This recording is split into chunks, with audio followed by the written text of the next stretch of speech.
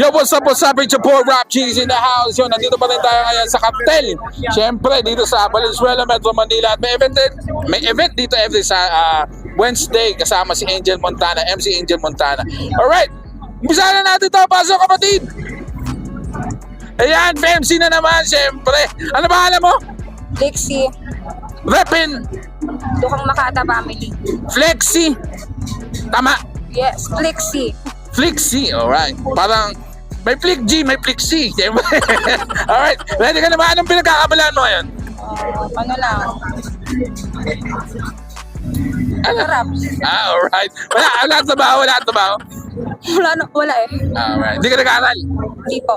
Alright. Umpisahan na natin to. Masyado tayo pakialamero. Shoutout nga para sa Dukang Makata family. G90s.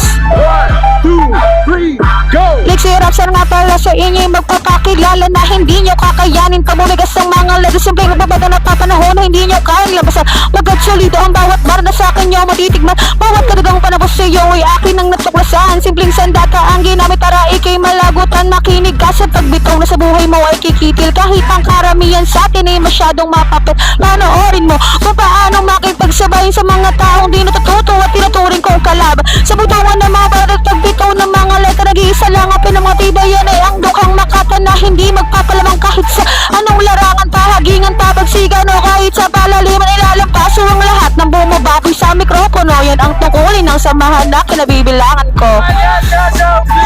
Maraming salamat. Flexi in the house. Ang lupit. MC natin yan from Valenzuela. Peace. Rap G's in the house, yo.